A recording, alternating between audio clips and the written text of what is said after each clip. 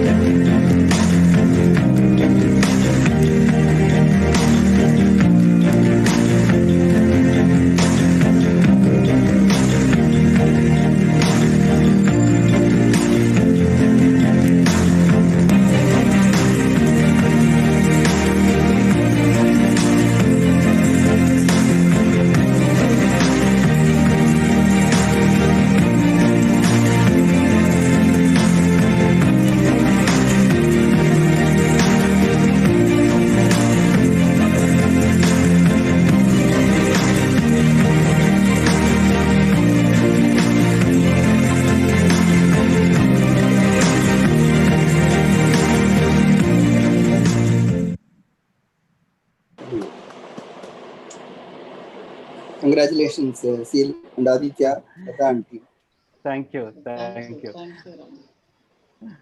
So let me invite Hemalata Rajan, the chairperson and director of CL, co-founder of MAFA, to share her thoughts on this 5 year journey that CL has taken and how CL is going to play a role in the future of HR. Over to you, ma'am Lata. Thank you. Thank you. Thank you, Aditya. And let me first wish CL and all its members and, in fact, all its stakeholders. I think, as you said, there's so many partners, so many others who've been part of this journey in the last 5 years. So I think 5 years it's been a wonderful, beautiful, meaningful journey that way. So let me wish all the members, all the stakeholders, I let me wish them very best for the next many more years to come as such. And yeah, in terms of like future of HR, I must say like my world of HR started 28 years back. That was when I think MAFA was started in the year 1992, again in the month of August. And so I think like I've seen the evolution of workspace, and of course workforce for the last 3 decades. And I must say, I think it's changed quite a lot. And especially in the last 5 years, after we really started CL, I can really see a huge difference. The way businesses have changed, the way things have really moved on globally. That way, we're talking about Industry 4.0, and so we talk about HR 4.0 as such. So the kind of changes that have happened in this place, and so now if I have to extrapolate and see for the next maybe 1 decade or 2 decades, I think it's even going to really change at a faster pace. And I can say it myself, like what I saw in the first 20 years, I think in the last 5 years, I've seen that happen even much more than what happened in the previous 20 years. So that's how, probably due to various things, due to technology, due to different generation which has come on that way. So I would really like to see, I think, three things I think like would be really trending in my view. One is automation, two is contracting, and three is alternate carriers. I think keeping these three trends in perspective, if I had to really look at the future as such, I think there are many, many things that are going to happen. And I mean, I think now, of course, last 4 months, I think COVID is also an added dimension that way. But even before that, I think we were talking about automation and industry 4.0. What is HR's role? What would be the future? Will it remain? Will it not remain? In what shape will it remain? All these questions, I think, like any case, I think we were talking about even before earlier. And now, as I said, with COVID, I think like another extra dimension is also coming. So if I have to really look at all these factors and look at HR as honestly, like I've really like it's the passion for HR actually which pushed me into HR that way, and I've seen the kind of changes a HR person has gone through that way. And there are many factors. There are many, I would say, like critical things that a HR person in future has to really look forward to. I'm sure, like we're having today eminent panelists. I really thank each one of you for taking out time and being with us evening, I think, on this very special day, I think 5 years, and also to really share your views on this very special topic, very important topic in terms of future of HR that way. So before I move on, I think a heartfelt thanks from the bottom of our hearts for the support, for all the partnership we've received from every person in the last 5 years. And so, as I said, like, this automation and alternate careers, all these things are, what is spoken about. And in my view, two C's. Of course, as I said, there are many things which a HR person has to really look into. But at this point in time, I would like to really start with two C's. Okay, the first C being creativity.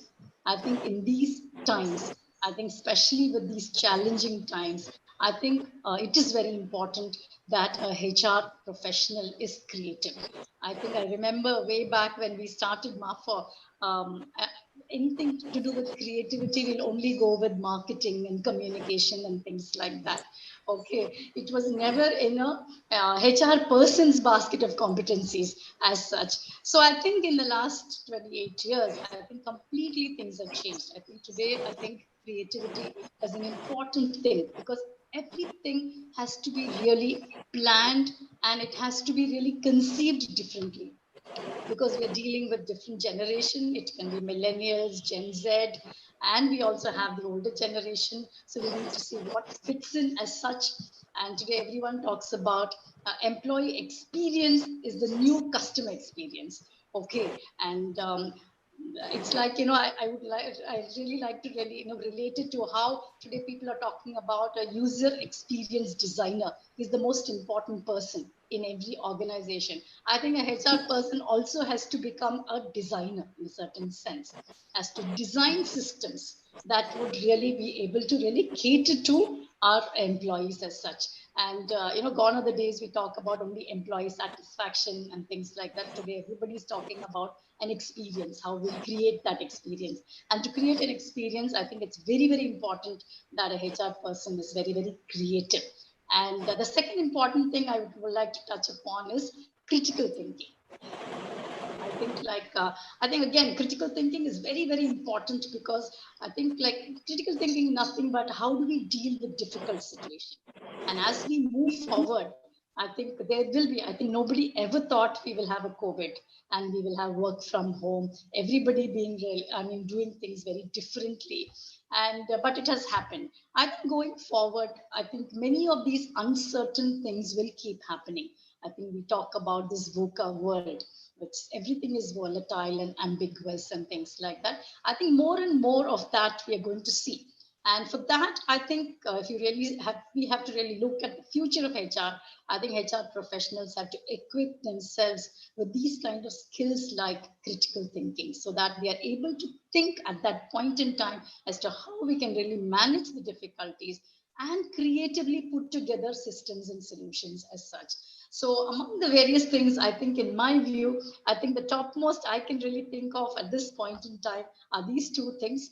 And I thought, like, I have, because as I said, we have our panelists here who will be really sharing with us through your own experiences as to how you've seen the world of HR really transform, and crystal gaze a little more into what it would be, going forward in the next 10 years or 20 years or so. And as Aditya said, it's going to be a series, and I'm sure it's going to really help a lot of people to really understand first, because unless we understand and appreciate, we can't really equip ourselves at this point in time. So that's the future of HR, I would really say. Of course, this is just a glimpse of it. But I know, like, we have a lot more of you to really say or talk about your experiences. And anyway, thank you once again, and wishing Ciel the very best. The word Ciel itself means sky in French, actually. And so in that sense, I would really like to see Ciel actually soar high into the sky, but being really grounded with values. So that's the dream for Ciel as such, and adding value to every stakeholder along its journey. So thank you, Aditya. Thank you, everyone, and all the very best. Sure. So thank you, Latarajan. Let me introduce the speakers to our audience today. We have Gyanendra Shukla, President and Director of JK Agri Genetics. It's a listed company in India, part of the $4.5 billion US diversified JK organization. Mr. Shukla is a senior business leader from the agri industry with more than 30 years of experience, out of which nearly 23 years in Monsanto. So he has played various roles in India as well as different parts of the world. So welcome, Mr. Shukla, to this event today. Thank you very much. Right. Let me then come to the next speaker, Balaji V. He's the HR director of Dormakaba for the SAARC region. Dormakaba is a Swiss multinational company specializing in access systems. Many of us have seen their products in different parts of our homes, to hotels, to almost different times on our daily life. We see their products. They're a huge organization, turnover exceeding about $3 billion US. They operate from 50 countries. Balaji brings about 28 years of experience in HR across multiple industries. He's worked in telecom, IT, hospitality, manufacturing, and engineering. So rich experience. Welcome, Balaji. Thanks, Aditya. Thank you. Next, I come to Meenakshi Cornelius. She is the head of HR for Corporate Solutions Group, West Asia region of JLL. All of us know JLL is a world leader in commercial real estate with turnover of 18 billion US, with operations in almost 80 countries in the world. Meenakshi brings more than 2 decades of experience in HR, 13 long years in Genpact, I think, across multiple businesses. So welcome, Meenakshi, to this forum. Thank you. Thank you so much, Aditya, and really nice to be part of this. And congratulations to you, Lata, and the entire team for completing 5 years. Thank you.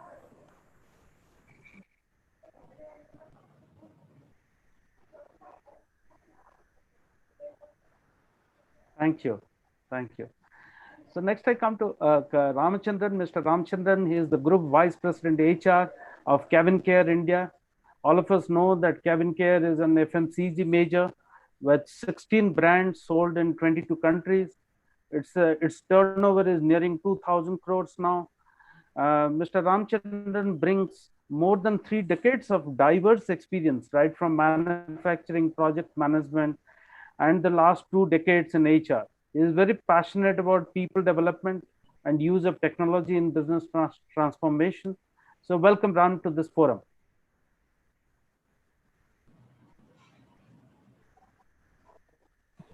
Thank you very much, Aditya. Thank you. Please. My pleasure. Next, I come to Mr. Ramesh Mitragotri, who's the CHRO of Ultratech Cement at Aditya Birla Group. He's a seasoned HR professional with nearly 3 decades of experience, 10 years in Philips, 13 years and counting in Aditya Birla Group. All of us know Ultratech Cement is the largest cement manufacturer. I think they have about 120,000 employees spread across 30 countries. So a large organization, he heads HR for that. Mr. Mitra Gotri brings deep perspectives on all aspects of HR. So welcome, Mr. Ramesh. Thank you, Aditya, and wish Ciel the very best on completion of your 5 years. Great to be here with all of you. Thank you. Thank you. So let's start our discussion. So I would invite Mr. Gyanendra Shukla, being the business leader on our panel, to begin the discussions, to deliver his speech on the topic of future of HR. Then I'll come to Balaji and Meenakshi, Ram and Ramesh. And finally, we'll take some questions from our audience today. Mr. Shukla, over to you. Thank you very much. No, I really want to say congratulations, and it is just not 5 years. My association is really very long. In the earlier form of Ciel, which was in the form of Mapua. I think I started knowing Mapua as early as 1996, when Mr. Pandirajan was very active in the business. And I can tell you HR then and HR now, probably, if I narrate the story, explains what has changed. So those days we went on a recruitment spree in the month of June and July, and we had to go to 7 key cities in the country to hire 150 sales rep and 50 technical people. And for that, we had to take the huge infrastructure everywhere we went. We conducted written tests, evaluation, computers and all. Now, if I have to do the same thing today, I think I can do everything online virtually. I can conduct the test online, I can assess online, I can make offer letters online. So that's how I think technology really has created the impact. And to me, this is not the end of the word. I think technology will continue to create even more, far deeper and faster impact. And that's getting accelerated by what we call COVID-19. I think HR has changed. HR is now known as HR business partner in most of the companies. I don't know what will be called in the future, but I think partnership will only become deeper and greater. When I look at HR role in any organization, primary job is to really hire, engage, develop, reward, and people develop leadership and make sure companies compliant with all the local laws and policies. There's a high level of governance. I believe now our time has changed, and all of these things, the way they were conducted in the past has changed, but is going to change even faster. And why I say this, because this has implication now. I mean, A, technology, and B, COVID. I also think the way we manage business is not going to get managed in the future.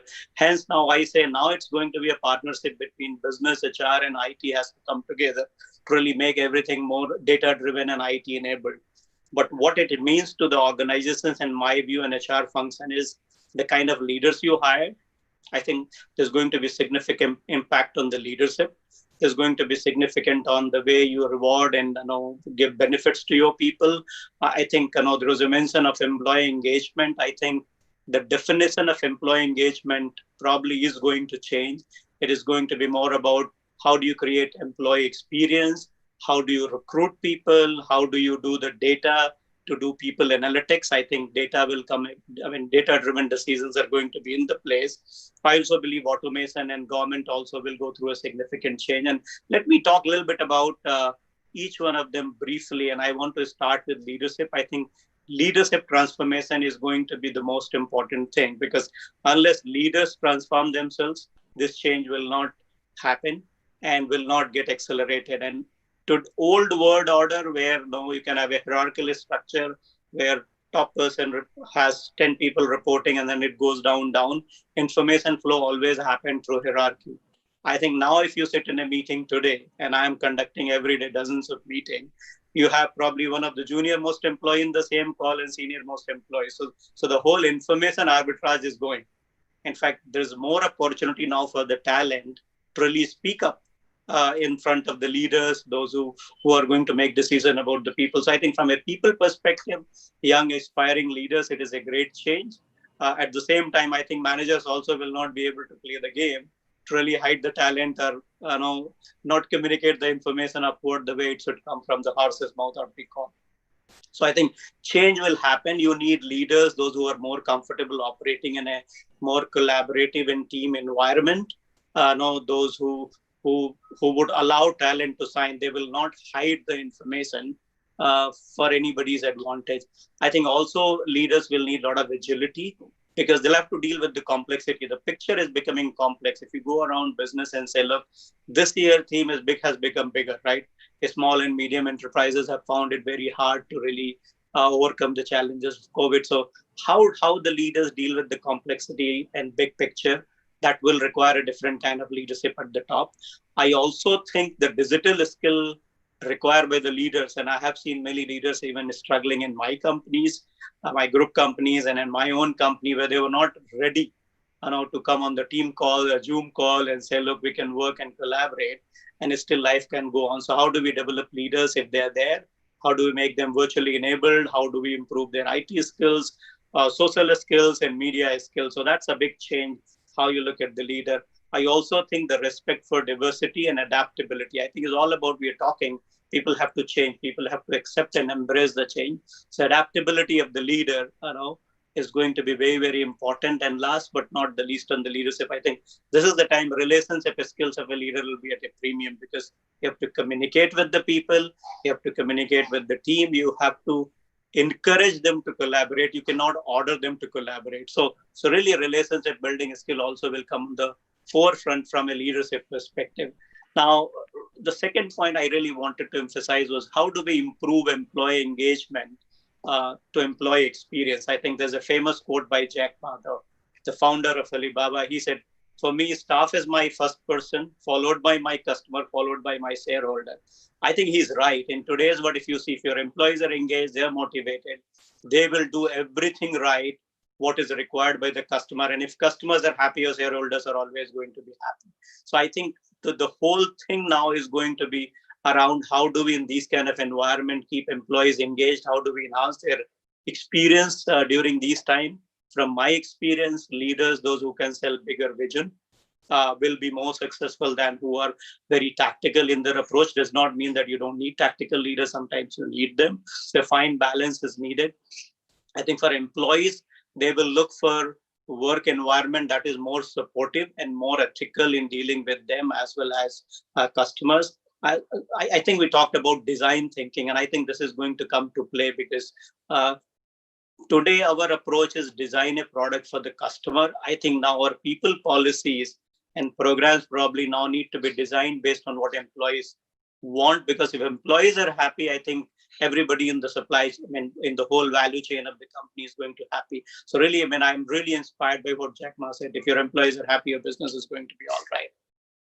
The third one is really recruitment, because recruitment is not happening now in person. In fact, as a company, we have gone ahead and hired people online. We have made offers. We have made people join. So is the traditional model of assessment of the people is going to be the only model, or we can also use the lot of information. I think all of us are very active on social media. We leave a lot of footprint on the social media.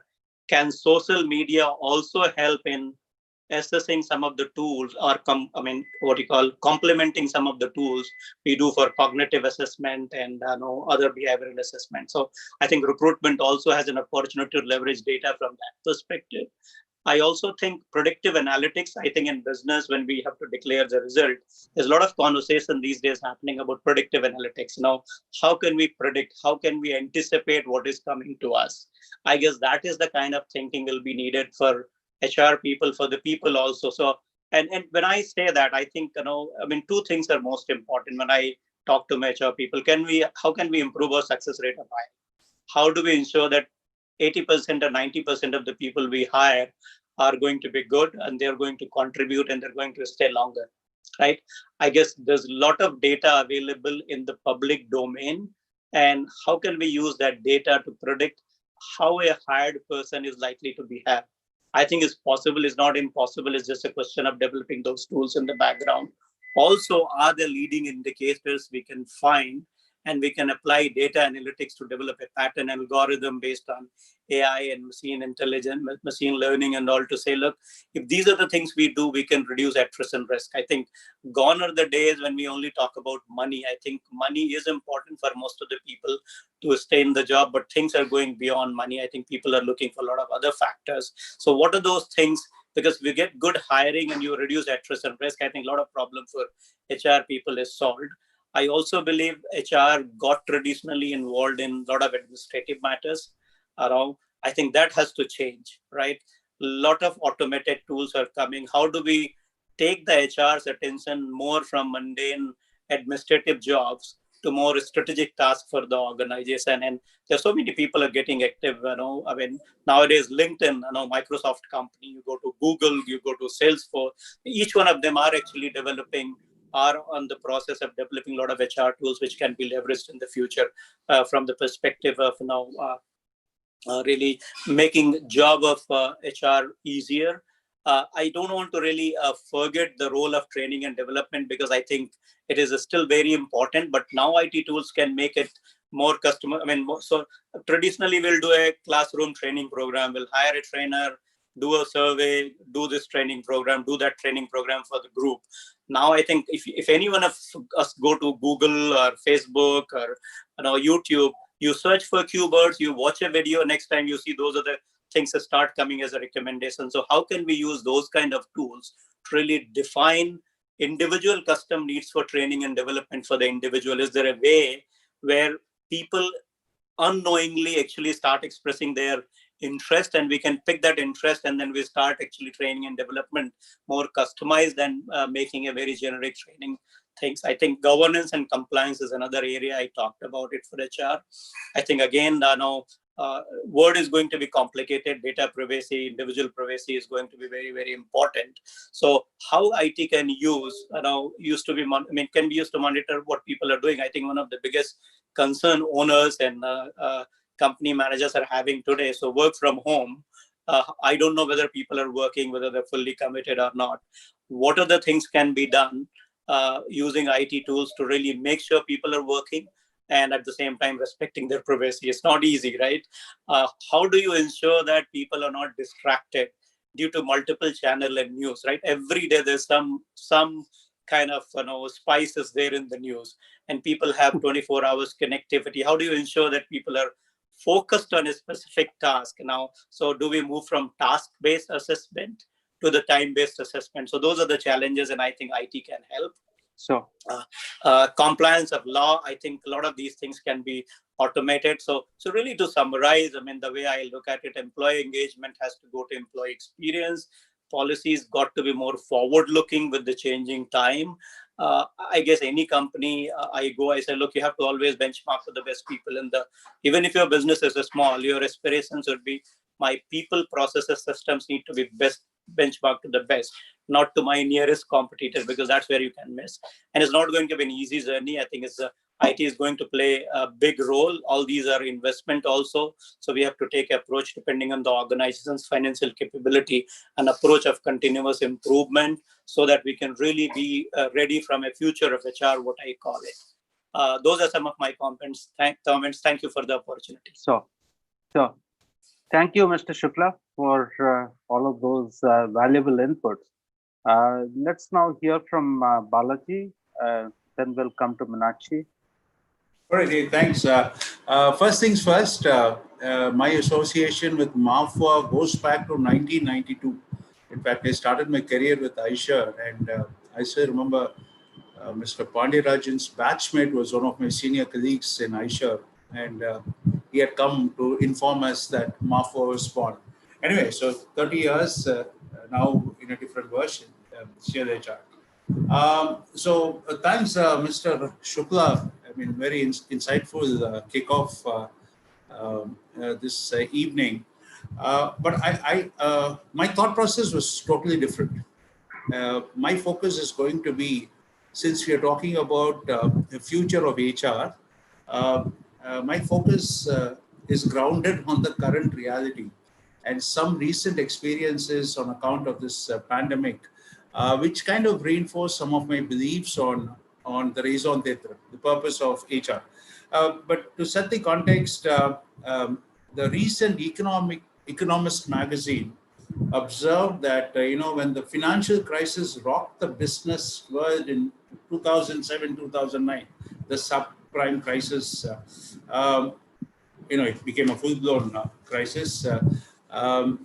Boardrooms turned to corporate finance chiefs. A good CFO could save a company. A bad one might bury it. The COVID-19 pandemic, the report says, presents a different challenge and highlights the role of another corporate function, often unfairly dismissed as soft. I think never before have more firms needed a hard-headed HR boss. So I would like to give a little twist to this topic. I would put it this way, that it will be nice to think about the future of HR, within quotes, credible HR.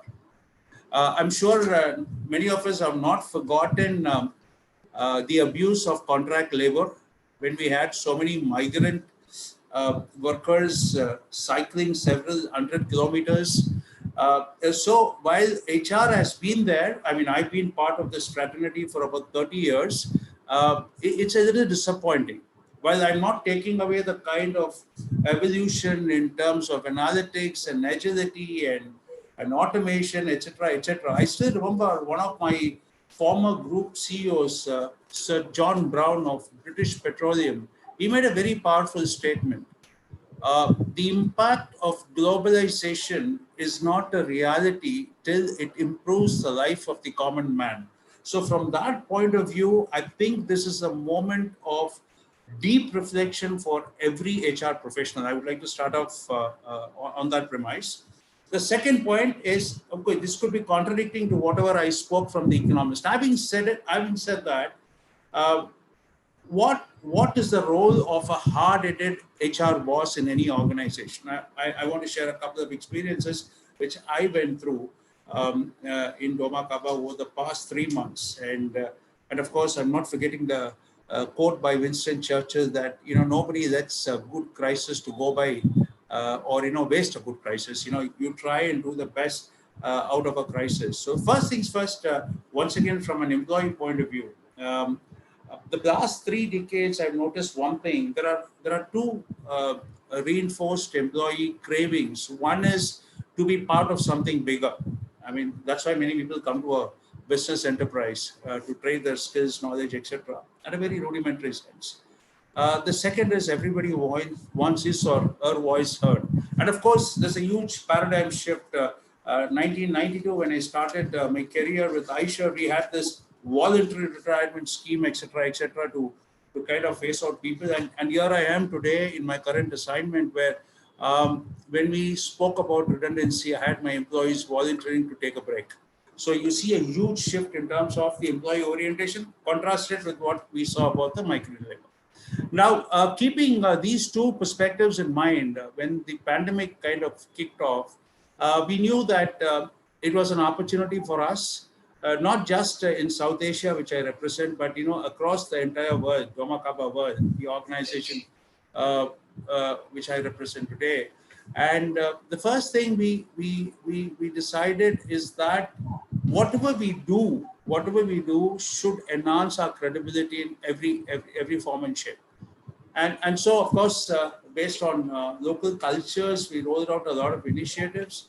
And one of the first initiatives we did in India was that everybody talks about work from home, right? And so we said the first step would be to acknowledge that this work from home has its impact on the home itself. So communicating with people, I think that was one step we did. And the second point was, of course, dealing with the business aspiration. I think that's very important in today's context. Once again, what a hard-headed HR person should be doing. It's not so much about certainty. I think the pandemic has humbled anyone and everyone on the planet. I still remember some of the best doctors talking to us about this in Feb, was it early Feb, late Feb, stating that the virus doesn't have a chance at 29 or 30 degrees centigrade. And today we know everybody is eating the apple pie. So from that point of view, the job of HR had to be partnering with business to tell them to focus on clarity rather than certainty. Please be transparent with your people. Share the reality. So, we had a virtual washout of the previous quarter, and this quarter we are kind of coming back to some level of normalcy, say what we were about 4 or 5 years ago. I mean, that's the state of business today. So coming back to one initiative was, we had to acknowledge the current reality, and the current reality is there is no work. And the second part of it is work is getting shifted into the homes. So we chose to write to the families. We wrote to the parents. We wrote to the spouses. We wrote to the kids. Simple initiative, but that was clarity for us. Telling them, listen, we're pushing our work into your homes. We have no business there, which means, of course, all of us will have to take on additional roles, the employee and the rest of the family, etc. So that was the first point. The second aspect is, of course, reinforcing transparency. I mean, transparency to build a lot of trust. And for this purpose, obviously, we had to go for some austerity measures. And gone are the days when few of us as leaders sit and decide, this is what we can afford, etc., etc. But we actually went for an opinion poll. We spoke to people and we sought their feedback. We shared the kind of investments, both in people and otherwise, which we have made for the planned revenue over the next couple of years, which was definitely not a certainty. We're actually rolling back. We're not very sure what's going to happen. And we offered this clarity to people and asked them what we should do. And most of them said, yes, we should take less. And we effected a rationalization in compensation based on feedback of people. So this kind of transparency is so important. And of course, I must also confess, what if, in fact, I went back to the people that said, what if you guys said, no reduction in salary. You manage, please pay us our salaries. But that's where I think the level of trust, the connect you have with your people, which matters a lot. So the third aspect is hope. Of course, this crisis, every crisis has a beginning, the middle of the road, at the end of the crisis. We really don't know. We really don't know at this point in time, because there are multiple perspectives at play. We're connecting constantly with people. We have started operations big time, but we are very, very clear about the fact that the priority at this point in time is employee safety. This is where we kind of reinforce our commitment to our people. So in fact, as recently as yesterday, the entire leadership becomes part of the HR fraternity in our organization. So yesterday evening, some of our regions, we have multiple locations within our region. They were talking about others are opening offices. Should we open our offices? Should we start moving on calls, etc., etc.? And then we put our foot down. We said, listen, the government spoke about unlock, but only when it's absolutely necessary will you go out. Drivers like your revenue, your competition, or you losing your market share, etc., becomes irrelevant if safety is compromised. So from that point of view, we kind of reinforce this. The bottom line I would like to share is that the future of HR depends on how HR responds during this phase of crisis. I mean, yes, business is important, revenues are important, but at the same time, what you do from an HR point of view is being watched by your people, and of course, good times will return. The third part of the perspective is that be hopeful, check out. At some point in time, the crisis will recede, and then, of course, good times will come. At that point in time, if you want people to kind of chip in and contribute and support, all that which you do now will define the future of HR. So thanks, Aditya. Thanks for the opportunity. And yep. Yeah, thanks, Balaji, for bringing out some of those interesting perspectives about transparency, building trust, and all of that. So great. If I may come to Meenakshi, your thoughts. Thanks, Aditya. How much time I have? Yeah, Okay. 8, 10 minutes. All right. All Yeah. right. I think great insights and inputs from Mr. Shukla and Balaji.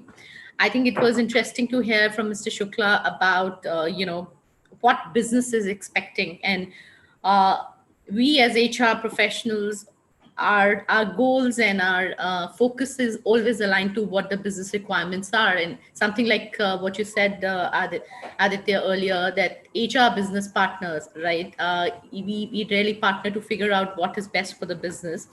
And some of the points I was looking at, what I had called out and thought through in today's world, what business is looking, okay, and probably I'll just cover business part first and probably then move on to what future of HR looks like, and what probably as an HR leaders and teams we need to focus.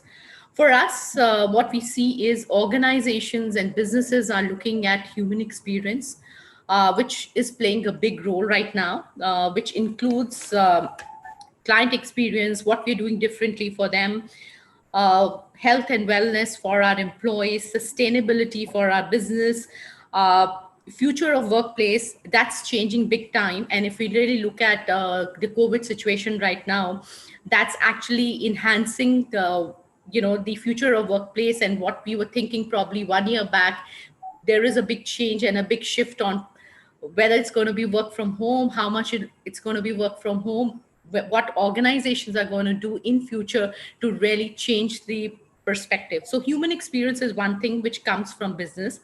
Second is this whole digital drive and technology. I think that's a big thing, and Mr. Shukla spoke a lot about that as well, because the world has changed.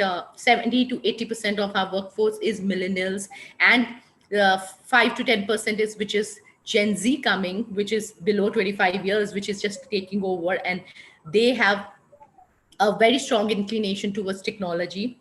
Continuous innovation and change is the third focus area for a lot of business requirements. And the fourth, I would say, is talent. Talent is key to any business. If you really look at it, if your talent or your people are doing best and you have the best talent in your organizations, you don't have to really worry about managing clients, managing effectiveness and productivity. Now, keeping all these points in mind, and these are very similar to what I had put some notes from Mr. Shukla's discussion. He spoke about leadership, he spoke about agility, strategic thought process, uh, design thinking, recruitment, and predictive analysis. So somewhere I see, thoughts are aligned from a business standpoint. Now, keeping this in mind, from my perspective, and this is my personal view, there are 4 5 elements which HR needs to really focus on as we go further in the journey. The first is purpose.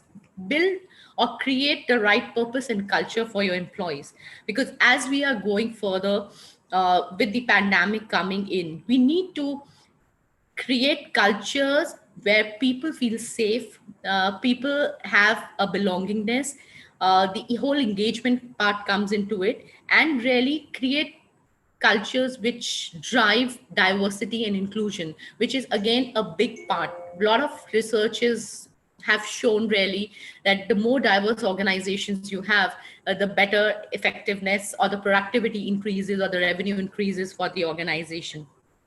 First one is purpose and culture. The second piece I personally feel is overall employee experience, which the HR fraternity needs to really focus on. And under employee experience, what actually can come in, what we're talking today as well under the pandemic is, the whole work from home experience. How do you make that effective? How do you really create a culture of trust, which Balaji also spoke about? How do you really bring in technology in experience for them, so that everything what they have to do, the resources what they need, actually are a call away or it's accessible to them? The other part under the whole experience piece, which is a very big thing, and I think all of us as HR professionals must be thinking about, is the overall mental well-being and health of the employees. This was something, probably I should not say, but it was something which was definitely always a focus area for organizations. But suddenly after the pandemic, what we see, that has become the one of the most important thing for ourselves, that how do we really ensure mental well-being, and employees being taken care of, and everything is fine with them. So those are few of the things which I feel which comes under the employee experience, which we need to look at. The other part is the entire piece around analytics, predictive analysis, which Mr. Shukla also spoke. How do we really gauge and look at data differently as HR fraternity to really give right inputs and decisions to be taken by the business, really to change the ways of working, or probably give insights which could really help business to take decisions which are right for the organizations. So data analytics becomes big for us. The other point which I had was workforce models. Today what we're talking about, lot of our organization employees are working from home. A lot of them are unable to come to work. A lot of big brands, large IT companies are actually rethinking about whether work from home is the future for us. The answer is still not out, the verdict is still not out, but still there are a lot of deliberations happening. So how do we organizations create workforce models which are more agile for the organizations? Because it would be requirements which will peak, the roles will change. You might need environment health safety officers right now, lot of them. You might need mental well-being experts right now. With time, with pandemic stabilizing and things happening better, vaccines coming in, maybe the requirement of the kind of roles or talent we need would be very, very different. So keeping all that in mind, we need concepts like liquid workforce, or a lot of the different workforce model where we can be really agile as an HR organization and really move to get and hire people quickly for a short period of time, or depending upon what the business needs are. So that was my last point. Just to summarize my overall inputs, what I feel, HR to create purpose and culture for the organizations, use technology, analytics to really bring in analytics for the business. Something like today, when we do an analysis for attrition, we actually figure out, okay, what were the reasons why people left.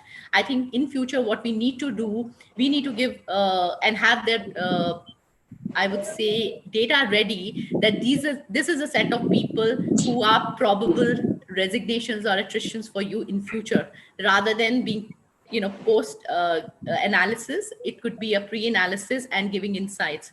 Employee experience would play a big role. And last but not the least is the workforce models, which we really need to look differently. So those were my thoughts, Aditya, So in good, thank summary. you. Yeah, thank you, Meenakshi. Good points. Talked about workforce model to various other aspects. If I can request you to take this question, which has come on from the audience, one of the audience members. I think there are many questions related to this particular point. People are saying that hey, work is going to homes, so that's good for the organization. But what's happening to the work and family balance? I guess it's about work-life balance. Uh, would you like to take that question? That what should HR do about it? So I think it's a little early to say that the work is going to homes. I think yes, there is a pause in between wherein we are going through this crisis, and most of us are working from home, and it's very visible on the screens as well. And probably it will also give a perspective to a lot of large organizations who are very keen to look at workforce working from home. Maybe from what we were, let's assume if it was a 20-30% work from home, probably it will increase by 5 to 10% more. But I think, and again, my personal view, offices are going to stay. It is a pause button because of crisis. So people will come back. Now, while we say that, there would still be a population for some more time who's going to be working from home. And you are right, maybe the person who has put a question that work from home probably will continue for some organizations, right? A lot of large organization IT companies have actually announced work from home till Q2 summers next year. So I think very important for HR as HR professionals is to create behaviors, cultures to ensure people can have a good balance, a work-life balance. And it could be done through a lot of sessions, webinars, giving them tips and tricks, what we need to do. Something as simple as have a fixed time to start your work, have a fixed time to end your work. One important thing which has come in recently in a lot of researches is that a lot of managers during this work from home have become too much, it's creating little more stress for employees because they are checking the data, checking the work daily. So maybe giving some coaching to managers, how do you manage virtual teams during this work from home, is also a good option. So some of those things is something what we need to do as HR professionals, to coach, train. It's new for everyone. Sure. So create those disciplines and some processes in place. Sure. We have some more questions which we will take towards the end of it. So thank you, Meenakshi, for taking this question. I'll come to Ram and finally to Ramesh. After Ramesh finishes, a couple of more questions we will take from the audience. Yeah, over to you, Ram. Thank you very much, Aditya. Am I audible? Yeah, you are. Thank you very much. In fact, thanks for an excellent insights by Meenakshi, Balaji, and Jnanendra. It was really wonderful listening to all three of you. Very nice of you. Thanks for sharing your valuable thoughts. Good evening, all. So I am extremely happy and then delighted to participate in this panel discussion on an extremely very important topic, that is future of HR. I am also happy to note that Ciel, the organizers, have not put a question mark in the title and they have just left it, which is a good sign, according to me. Because the future of HR is really great function. So before getting into the nature of the expectations that future has got in store for us, because the audience, I think, may also consist of HR students and other practitioners, I'd like to take this opportunity to put this in the minds of all HR professionals, which I always share with my team. Fundamentals are critical. Before even we step into the future, unless we set right the fundamentals, unless we have discipline in following the fundamentals in HR, whatever amount of technology, process re-engineering that we bring is going to be useless. Therefore, it is extremely important for all of us to concentrate on fundamentals today so that the future is very bright for human resources. So without mastering fundamentals, we cannot build the future. So back to basics is the need of the hour, even before we look for the new challenges. I always say one more point is discipline and consistency. Because this discipline and consistency are always important if we have to sustain success. For example, so we generally tend to forget the moment we grow to the next stage in human resources profession, we tend to forget the fundamentals of basics of documentation, process adherence, regulatory compliance. All these things we forget and we talk about strategy. I think that we should have a rethink on all these things. Organizations' growth will not be possible if these fundamental processes are not adhered to. So the responsibility of HR today is to ensure this process discipline is high and it becomes a habit amongst all of us. So this is a point I would like to put in the heads of all HR professionals who are viewing. It's extremely important. Focus on fundamentals first. master the fundamentals, develop discipline, and then we can go and graduate to the next level of strategy building. And also the future will be very, very, very exciting for us. This is one point which I would like to state here. Let me start with the quote from Peter Drucker. I think all of you may be aware of this. The best way to predict the future is to create it, simply. So we as HR professionals must work very, very hard today to create the future of impeccable professionalism right today. But it is very easy to say, so how can we do that is the question. So for that, we need to clearly understand what are all the expectations for the function from other stakeholders, especially from the business, from the market, from external stakeholders. What are all the expectations? What do they expect from the HR field? What are all the challenges that are posed by the changing environment? It could be technological advancement. It could be the changing market scenario. It could be an industry best practice. So there are many, many challenges that are posed by the changing environment. What are they?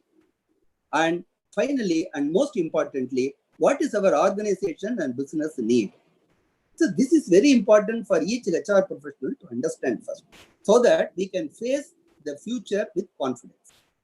The time has come for us, HR professionals, to reimagine HR function.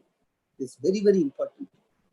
So for that, according to me, it's my personal opinion is that HR as a function has to modernize the thought process, our approach, and therefore reimagine in order to adapt to the changing requirements, especially in the new digital revolution era. Very, very important. Because the future of HR is rapidly changing with the digital transformation that is taking place now.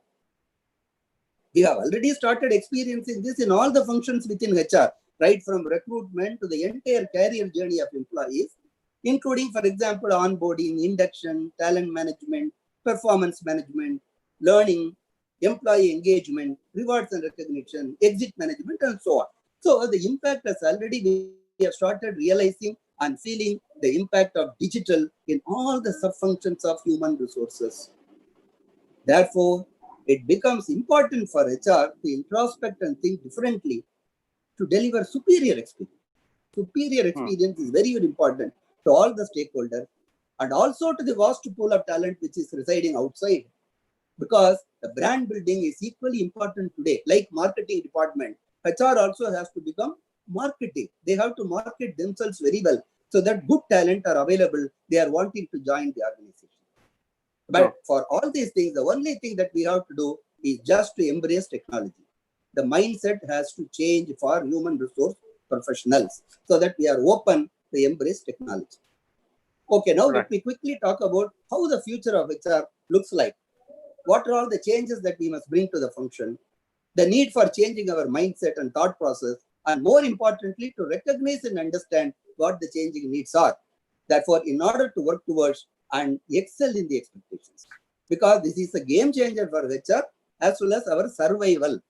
I am very clearly underlining it is going to be a survival for human resources function. Unless we embrace, it will be difficult for us. Now, for example, there is a greater need today to deploy artificial intelligence, machine learning, RPA, robotic process automation in HR, therefore in such a way that we can minimize external manual interventions to the maximum extent possible, and which these kind of manual interventions are repetitive processing which is required. This we can avoid so that the speed of execution excellence can be improved and by reducing the errors and therefore by improving the quality of service. Because of this, HR professionals can spend more time. They can devote more time for strategic HR. In fact, I can say very clearly, please note this, the hard fact is that strategic thinking will become a new core competence for HR when operational activities are eliminated through automation. We have to remember that. What are we going to do to enhance that skill? How are we going to develop the strategic thinking? When are we going to address all the repetitive tasks and then get away with? So there will be a greater need for us to equip ourselves with complete business understanding, industry knowledge, so as to play a vital role as a valuable role as a business partner. Without industry knowledge, without complete business understanding, no HR can function effectively. HR function will not be able to get the credibility it deserves. We have to note Sure. this. And we have to understand, we have to work towards that. Sure. In fact, if you look at Kevin Care, we have gone into a completely paperless operation in HR. I can very proudly say all the document transactions we have digitized, including approval, personal dossiers, joining formalities, and so on. So HR has to look at complete process re-engineering. Therefore, welcome the technology, which we have already started doing. This is going to be a future for HR. Sure. So one more point is currently, if you look at, all of you know, we are in Industrial Revolution 4.0, which is known as digitalization. That Right. is equal to intelligent automation. Hmm. So now Industrial Revolution 5.0, which is going to stare at us, will be completely personalization. It is going to be a cooperation between human beings and machines. Some of the organizations have already started doing that, especially abroad. You would have seen a lot of news items, you would have watched a lot of videos where humans and robots, they coexist in workplace. Hmm. So these are called collaborative robots, cobots, that will work alongside people. So for example, we have also, since we have also thought through this need, we have also started contemplating to have cobots for basic activities in research and development. For example, base level formulation, base level testing, and so on. This is going to be a future. So with this kind of combination of cobots and human beings, the workforce will have to be upskilled for more value addition, because the routines will be taken care of by the cobots. So the workforce has to be reskilled for more value addition, leading to personalization and customization for consumers. So therefore, HR role has become extremely critical in terms of reskilling this kind of workforce time and again and continuously. This is going to be a very, very important requirement for the HR the next 1 decade, I can say. The other important thing is people analytics. It's going to be done. People have talked about that who have spoken before me. So this is already gaining momentum by virtue of the benefits it offers in taking well-informed, intelligent decisions, that too proactively. Because in people analytics, scenarios can be analyzed, and HR will be able to act precisely in advance to control any occurrence. This is the beauty of people analytics. Therefore, this has to be embraced by HR. This is going to be a compulsion for HR. Sure. What is analytics? Analytics is basically an intensive use of data to make decisions. So my feeling is that very soon I expect more data scientists to occupy positions in human resources. More and more HR professionals will also become data scientists to perform their role effectively. This is my vision. This is my image. This is what I am visualizing for the future. And in Kevin Care, we are taking steps to make these kind of important functions, the constituents, and also the members of the functions as data scientists, which is going to be extremely important. Are we ready?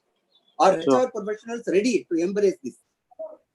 So the other point is that the learning and development is going to undergo, which is already undergoing, a complete change, and the new lease of life it is getting, fortunately because of the lockdown and other things, and also partly because of the development in automation and digitalization. So because the traditional learning methods have slowly started vanishing, all of us know. So with the latest development of work from home, which is happening, organizations have started experiencing, realizing the efficiency and efficacy of these new learning methods. These are also cost effective, because people today want to have quick, precise, and smart learning. Learning on the go is also sought after by all the employees.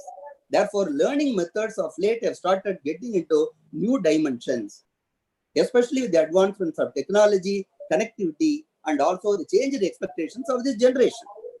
So content and knowledge today on various subjects are abundantly available on the internet. But new trends are emerging, such as micro-learning, personalized learning, gamification, and all those things, mobile learning, are on the rise. So HR has to quickly adapt ourselves to embrace all these new learning methods and practice that. So we have to come out of this traditional mindset of classroom sessions and all those things. So this is going to be one more expectation from HR. Sure. The other important thing, the next 2 to 3 years, the demand is going to be on the efficiency and effectiveness of these learning programs.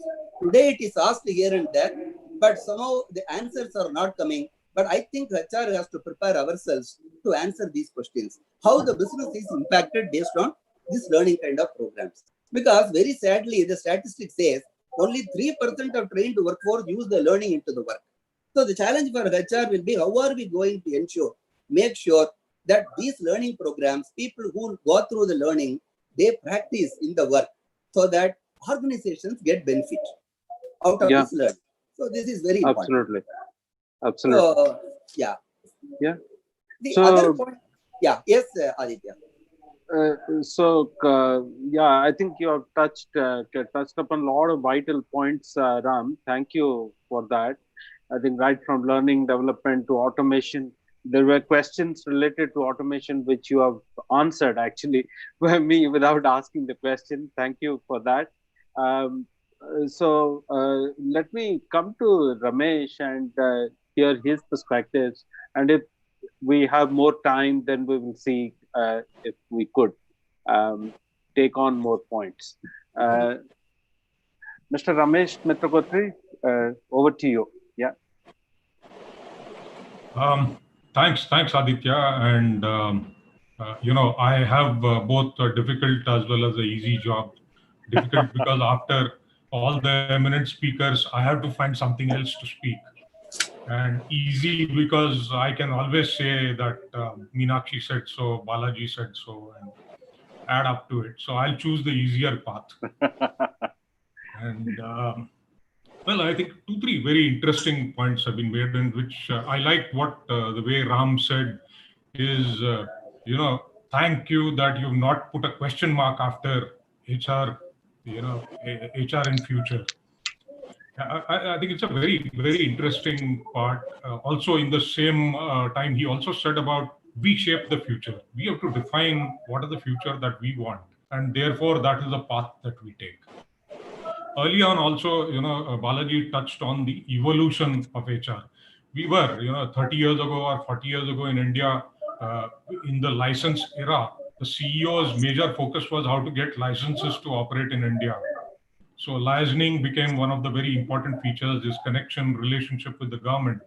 As things opened up, marketing, free market kind of a thing became very important for a CEO. And in the evolution, we've come to a stage with this disruption that we've seen, that HR, primarily being a HR person, is very, very critical for a CEO. The skills of understanding people, for getting best of the people. I'll shortly touch upon why that is important, but that has become critically important in being there. And going forward at the very fundamental, the basic part of what's changing, right? I think one of the first educations, the first time I ever sat into a learning on what is management, even before I chose management as a career, right? I think the teacher first came and said, to be a good manager, you have to be a good man. And that is fundamentally so important that, everything else dwells from there. And I think forming the fundamentals of management begin there. So now let's quickly touch on what's changing really that we want to talk of HR of the future. We have evolved for 30 years, right? For 30, 40, whatever years HR as a function has remained. So what is the big deal? We will remain for another 30 years or 40 years, that business remains. But what is important is there has been a huge evolution in these 30, 40 or 50 years that we look at the past in the way HR has evolved. And now HR is into another phase of evolution. Do we want it to leave that it takes a chance? Because there are some common features that have evolved in the last 30 years. We always kept saying that we don't have a place on the table, we are not on the board, etc. Right? Which has prolonged for a long time. Do we want those things to change and make a difference, or it's okay to just follow what changes happen? And that is the crux. And another reality that we have seen, Lata earlier mentioned that change is here to stay, and change is going to be at a faster pace. I will only replace that changes now with the word disruption. Right now, what used to be called change will be known as disruption, because more and more disruptions we'll see. And one right now we are all experiencing is the way in the last 4 months, COVID, the coronavirus, how it has changed entirely the way we work, entirely the way we think, entirely the way how consumer behaviors are changing. All of that is going to impact in the way businesses are going to function. Right? And there are a variety of things. Nobody has evolved, but there are companies already announcing. There are companies that have said, in 2 years' time, 75% of my entire workforce will operate from home, which has a huge implication for the way business gets managed. There are companies that are saying that we will just operate in 2 years with a gig workforce. I don't need full-time people. I can have a large collection of part-time people. Doesn't matter what geography they come from. You could have employees sitting in Sri Lanka, Sweden, UK, USA, across geographies, and they'll do what part you want. These are some things. These are just two probables that I've taken that are evolving. And often we can dismiss because, I come from a very core manufacturing business of making cement, right? Now, what is going to change? Cement is going to be made in the same way, and cement is going to be sold in the same way. Cement is going to be used by the consumer in the same way to build structures. So what is really changing for the business?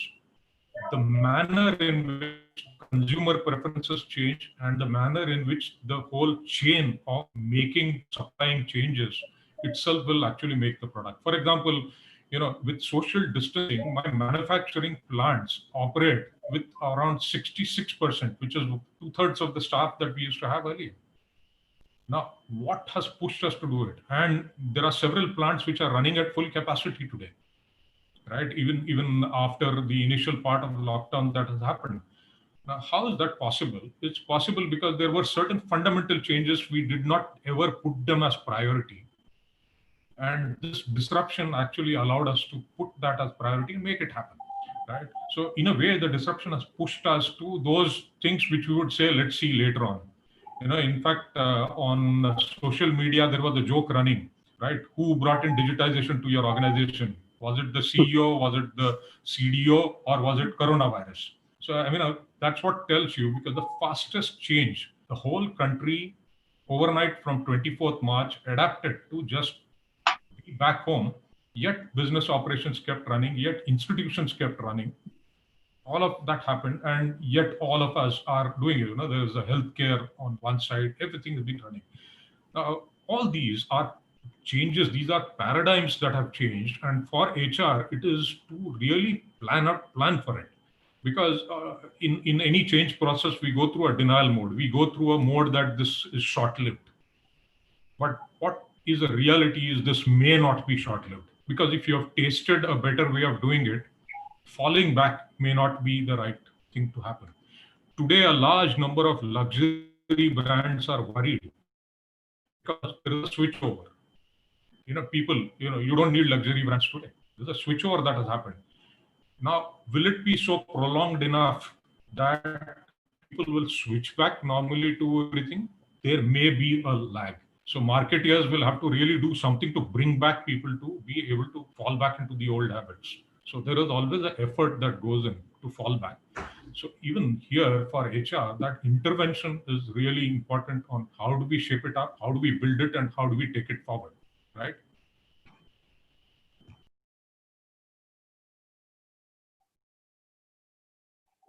Oh, he got dropped off, I think. Yes. I'm sorry. Yeah. I'm sorry. Yeah, there was a power issue. Yeah. So, yeah. So this is on one part on where HR shapes its actions. Quite a few things, each one, Meenakshi, Balaji, Gyanendra, everyone shared a point of view on what's changing there. I think 2 points I'll take from there. One is the technology part itself, and the other is work from home as a subject. Work from home as a, in my view, that is here to stay. Whether an organization puts 10% of its people to work from home or 80% of its people from work home is just a number of what is going to happen. But the fact remains that there will be several jobs that will be work from home. Now, if you also look at it, how does it also match? If you look at a large number of millennials, right? Millennials are not somebody who will love to go and stick to a 9-to-5 job punctuality. They will have their own styles of operating, right? They would love to sit at night and work at their own time, their own pace, right? Yet deliver excellent results. Now, it is for organizations to take that into account and also build your roles, the work design and the org design, to be able to actually fix and address that. Not that we should say that how do I plan to bring back people? Bring back people is one part, but also think of how you're going to make them work from home, how you're going to enable work from home. Today, yes, there are difficulties because we announced on one day and next day we started operating from home. Obviously, there will be difficulties. There will be work-life balance because what we have done is we have taken the paradigm of working inside an office. We have taken that home and we still operate in the same way, right? And there are certain barriers that are lost. For example, there are no weekends, there are no working hours, phone calls come anytime. But if the same thing is brought into a regulated way, which Meenakshi touched on saying that we need regulations around this, we need code in which we operate, I think it will become a wonderfully welcome thing for many people. And you will perhaps tap in those workforce which otherwise find it a problem to commute and go and work in a physical workplace.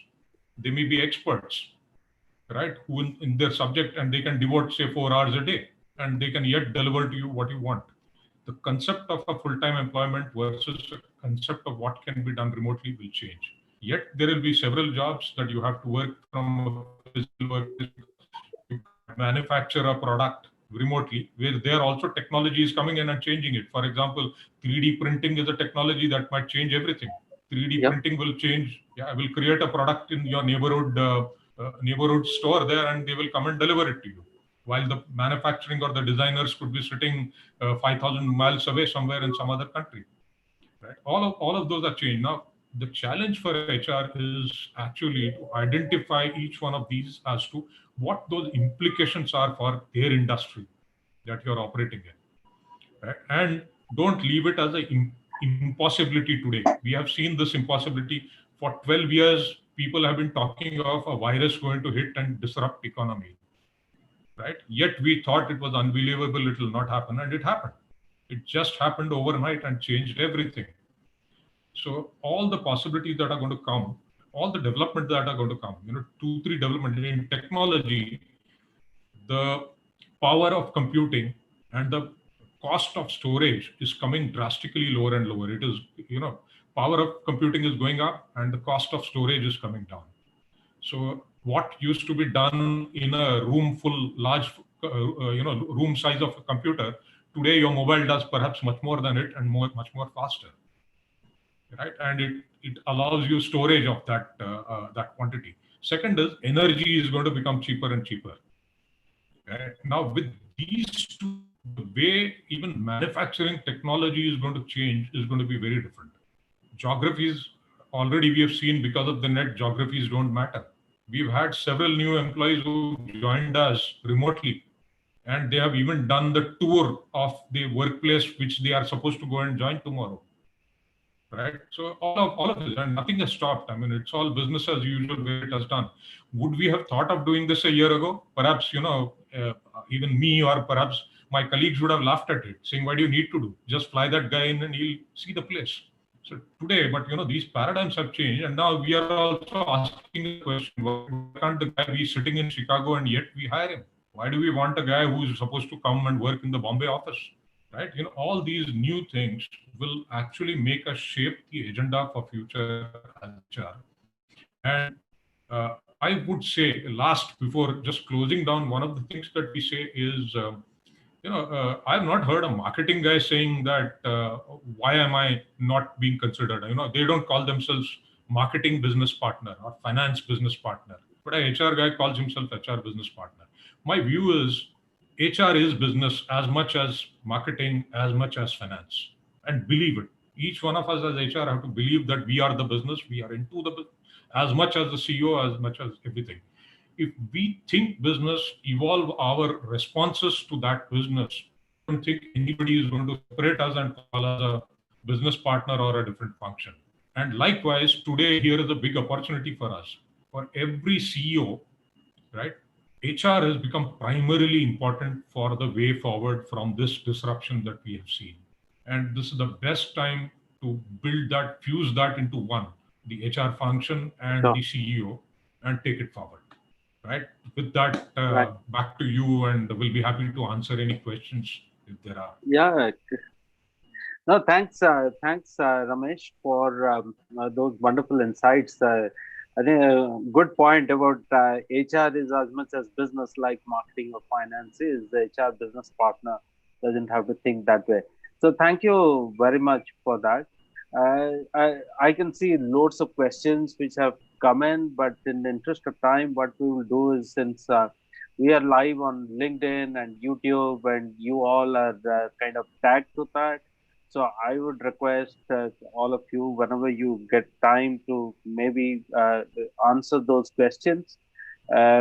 It's already 5:20, so we are kind of budgeted about 75, 80 minutes. So in interest of time, we'll come there. They will kind of not take any more questions. Some questions have been answered actually. So let me call upon my colleague Santosh Nair, my co-founder and CEO of Ciel HR, to raise the word of thanks, and then we will. Thanks, thanks for the interesting 5 years that we have had in Ciel HR. I remember right from the first client who kind of came on board even before we launched, actually, to 2,000 plus clients that partnered us. Thanks to all of them, and 300 of plus of my current and past colleagues in Ciel. I think I kind of love all of them. Thanks to all their contribution. Not to forget the thousands of deputies and candidates that we've been fortunate to service, and the hundreds of partners that we have had in the we have in our Ciel fraternity. I think thanks to all of them. And it's an interesting way to start off our 5-year celebration by listening to some of the I was just focusing and interestingly listening to all the different aspects of it. I think it's quite insightful. Thanks to all the panel members for kind of sharing their decades of wisdom with us. Thanks once again, Aditya. I think, ma'am, you are. Thank you, thanks Santosh, and thanks to everyone. As I said when I started, I think from the bottom of our hearts, I think we thank all our partners. And as Ramesh said, HR is business and business is HR. So I think with that, I think it's a very nicely put statement that way. I think our relevance will always be there that way. So there's no doubt about any of those things. And I think it's more important in these kind of crisis, things like that. I think HR plays a very, very critical role. And I think there's so much to look forward to the future of HR. In that sense, so much of learning and so much of looking forward. Thank you very much. Aditya, anything you want to add?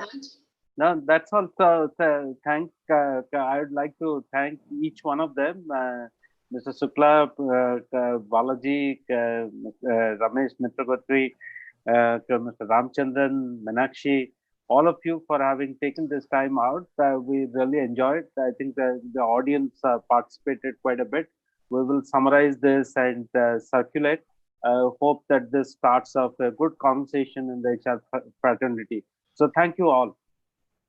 Thank you. Thank you. Thank you. Thank you all. Thank you very much. Thanks, everyone. Thank you.